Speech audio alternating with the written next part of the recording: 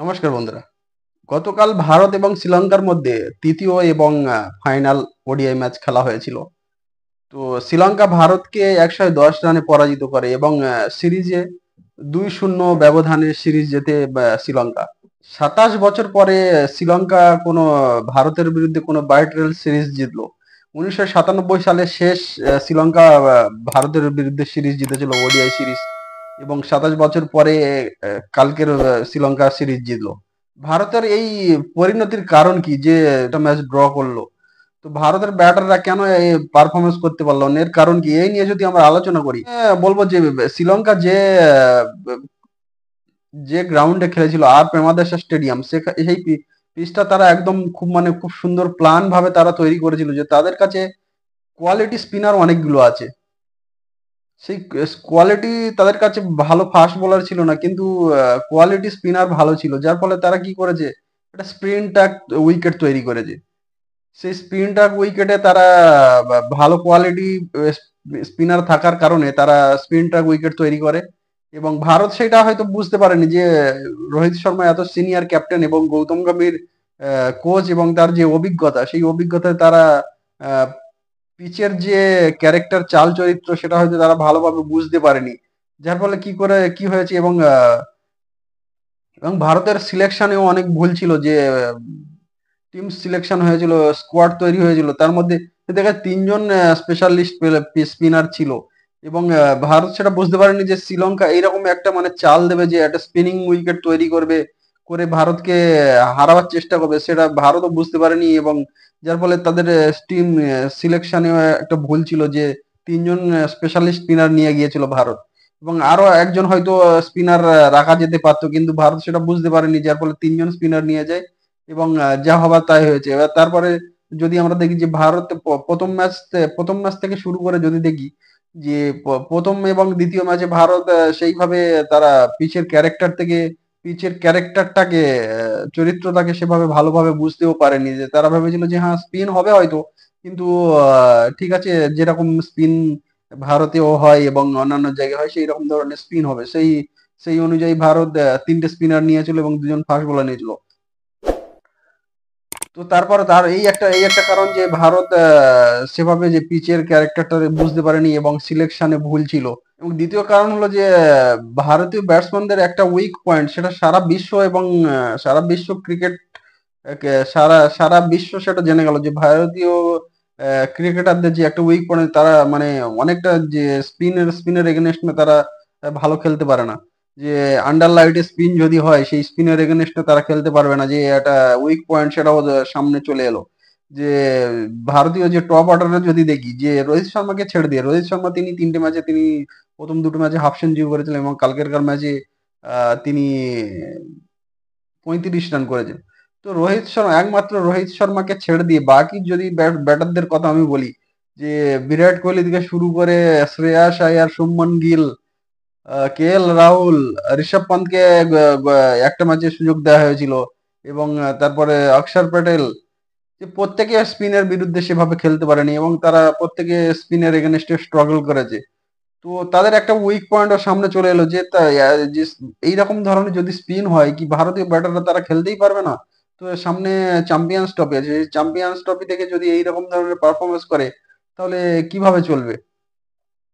তো এই স্পিনের এগেনস্টে তারা, তাদের যে স্ট্রাগল হচ্ছে, তারা যে একেবারে নাস্তা নাবুদ হয়ে যাচ্ছে, সেইটা নিয়ে তাদের ভাবনা চিন্তা করতে হবে, এবং সেইটা নিয়ে তাদের ভালো করে প্র্যাকটিসও করতে হবে, যে এতটা স্পিন হলে সেই স্পিনের এগেনস্টে তারা কেন খেলতে পারছে না।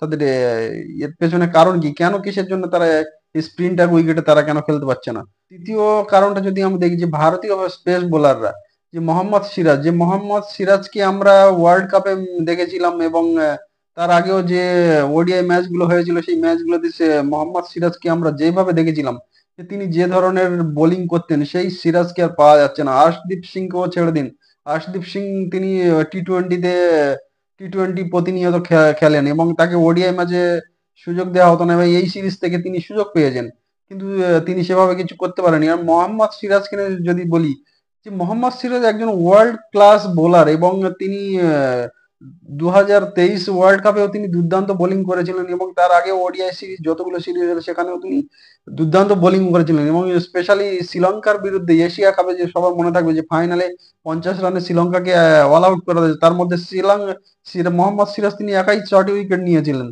সিরাজের লে এন্ড তার লাইন সে কোথায় চলে গেল, যে সিরাজ একদম লে এন্ড তার লাইনে বোলিং করছেন, একেবারে ফালতু বোলিং করছে। বা যে পাওয়ার প্লে 10 ওভারে সেভাবে ভারতীয় স্পিড অ্যাটাকাররা ভালো করে বোলিং করতে পারছে না, যে যার ফলে উইকেটও তুলতে পারছে না সিরাজ এবং আর্শদীপ সিং। যার ফলে একটা ওপেনিং পার্টনারশিপ তৈরি হয়ে যাচ্ছে 60, 70, 80 রানের। তারপর থেকে তারা আস্তে আস্তে সেই রানটাকে আস্তে আস্তে তারা বাড়াতে থাকে। তো স্পেস অ্যাটাকও সেইভাবে বোলিং করতে পারেনি, এই তৃতীয় কারণ। এবং তারপরে যদি দেখি যে ভারতীয় স্পিনার কুলদীপ যাদব, অক্ষর প্যাটেল, ওয়াশিংটন সুন্দর, তিনজন স্পেশাল রেগুলার বোলার আছে, স্পিন বোলার। তো তারা তিনজনে যদি শ্রীলঙ্কার স্পিনারদের সঙ্গে তাদের যদি কম্পেয়ার করি, যে তুলনা করি, যে শ্রীলঙ্কা স্পিনাররা যেভাবে বোলিং করেছে, তাদের বল যেভাবে ঘুরছে, মানে তাদের বল যেভাবে ট্রান হচ্ছে, ভারতীয় স্পিনারদের কেন সেভাবে হচ্ছে না, কেন তারা কি করতে পারছে না? এর পেছনে কারণ কি, যে তারা শ্রীলঙ্কার স্পিনাররা তারা নাইটে বলে বেশি তাদের ট্রান হচ্ছে, বা আহ, এবং ভারতীয় স্পিনাররা দিনের বেলায় করছে, বোলিং করছে বলে সেই জন্য তাদের হয়তো ট্রান করছে না, এটা হয়তো একটা কারণ হতে পারে। কিন্তু হলেও তবু ভারতীয় স্পিনারদের শ্রীলঙ্কার তুলনায় সেভাবে তাদের পারফরমেন্স করতে পারেনি।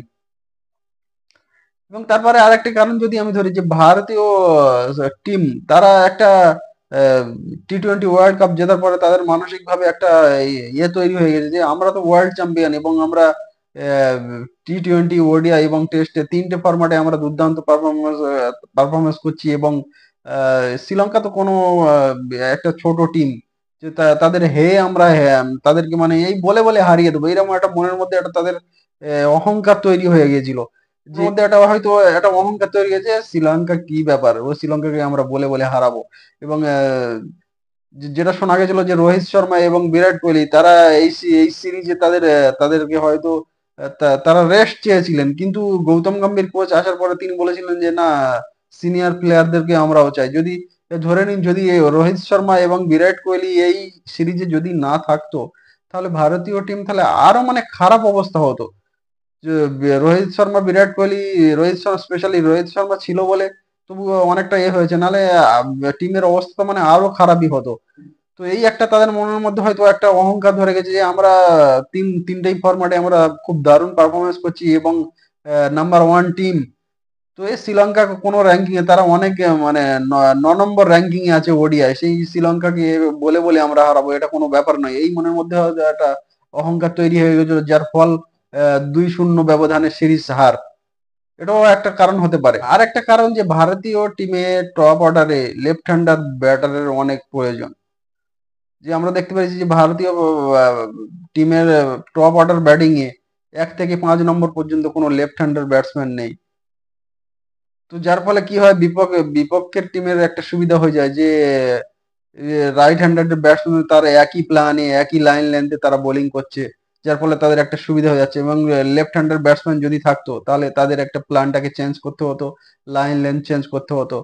সেটা তাদের করতে হয়নি, যার ফলে কি হচ্ছে, তারা অনেকটা সুবিধা পেয়ে গেছে, যে রাইট হ্যান্ডার ব্যাটসম্যানদের এগেনস্টে যে বোলার আসছে, সে একই লাইন লেন্থ এবং একই প্ল্যান, একই ফিল্ডিং, সেই নিয়ে একইভাবে তারা বোলিং করছে, সেই একটা সুবিধা পেয়েছে। লেফট হ্যান্ডার হলে তাদের প্ল্যান চেঞ্জ করতে হতো, ফিল্ডিং চেঞ্জ করতে হতো, এবং লাইন লেন্থ আপ সবকিছু চেঞ্জ করতে হতো।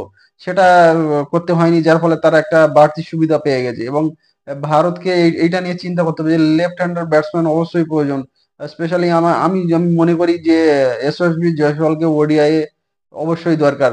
যশস্বী জয়সওয়ালকে দরকার ওডিআই টিমে, এবং তিনি লেফট হ্যান্ডার ব্যাটসম্যান এবং ওপেনার, তাকে প্রয়োজন আছে। তাকে নেক্সট ওডিআই সিরিজে তাকে ওডিআই টিমে নেওয়া হোক, কারণ লেফট হ্যান্ডার ব্যাটসম্যান ভারতীয় টিমের টপ অর্ডারের প্রয়োজন। না হলে অনেক মুশকিলের সামনে করতে হবে ভারতীয় টিমকে, কারণ এগেনস্ট টিম তারা বোলিং লাইন আপ এবং প্ল্যান সবকিছু রাইট হ্যান্ডার এগেনস্টে করছে, যার ফলে লেফট লেফট রাইট কম্বিনেশনটা হচ্ছে না, যার ফলে এগেনস্ট টিমরা তারা একটা সুবিধাও পেয়ে যাচ্ছেন। এর একটা কারণ হতে পারে। আমি বলি যে উইকেট কিপিং, প্রথম 2টি ম্যাচে KL রাহুল উইকেট কিপিং করেছেন, এবং তার উইকেট কিপিং এ যদি আমি ধরি, যে তিনি একেবারে ফালতু একদম বাজে উইকেট কিপিং করেছে। তিনি পেছন দিক থেকে অনেকগুলো বাউন্ডারি তিনি ছেড়ে দিয়েছেন, বল ধরতে পারেনি। তো উইকেট কিপিং কে কেএল রাহুলকে যদি খেলানো হয়, তাকে উইকেট কিপিং যেন করানো না হয়, কারণ তিনি সেইভাবে তার উইকেট কিপিং এ মনোনিবেশ নেই, এবং তিনি সেভাবে মানে ভালোভাবে উইকেট কিপিং তিনি করতে পারছেন না। উইকেট পেছন থেকে এতগুলো যদি বল ছেড়ে দেওয়া হয়, যে প্রায় এই যে স্লো উইকেট এবং স্প্রিন্টার উইকেটে যদি 15-20 রান যদি পেছন থেকে চলে যায়, তার মানে অনেকটা টিমের এগেনস্ট টিমের রান স্কোর অনেকটা বেড়ে যায়।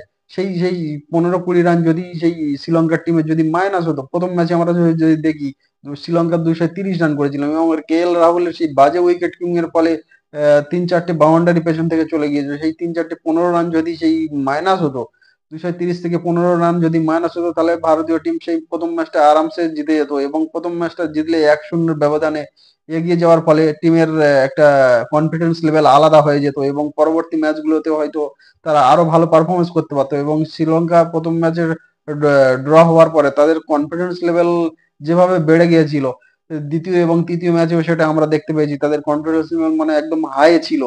ভারতীয় টিমের কনফিডেন্স লেভেল ধীরে ধীরে ডাউন হতে থাকে। তো যার ফলে টিমের রেজাল্ট এরকম 2-0 হয়েছে। আর যদি ম্যাচটা ভারতীয় টিম জিততে পারতো, তাহলে ভারতীয় টিমের কনফিডেন্স লেভেল মানে আলাদা অনেকটা উপরে চলে যেত, এবং শ্রীলঙ্কা কনফিডেন্স লেভেল ধীরে ধীরে ডাউন হতে থাকতো। কিন্তু সেটা হয়নি। তার ফলে ভারতীয় উইকেট কিপিং থেকে ভালোভাবে করতে হবে। কেএল রাহুলকে উইকেট কিপিং দিলে তাহলে এইরকম হবে। তো ঋষভ পান্তকে উইকেট কিপিং হিসেবে খেলানো হোক, এবং ঋষভ পান্ত রান করতে না পারুক, কিন্তু কি উইকেট কিপিংটা তুই ভালো করবে। সেই উইকেট কিপিংটা এখন মেন ইম্পর্টেন্ট হয়ে গেছে। উইকেট কিপিং ভালো উইকেট কিপিং না করতে পারলে পেছন দিক থেকে অনেকগুলো বাউন্ডারি চলে গেছে, আমরা প্রথম দুটো ম্যাচে আমরা দেখেছি। তো যার ফলে উইকেট কিপিং একজন ভালো উইকেট কিপারের দরকার।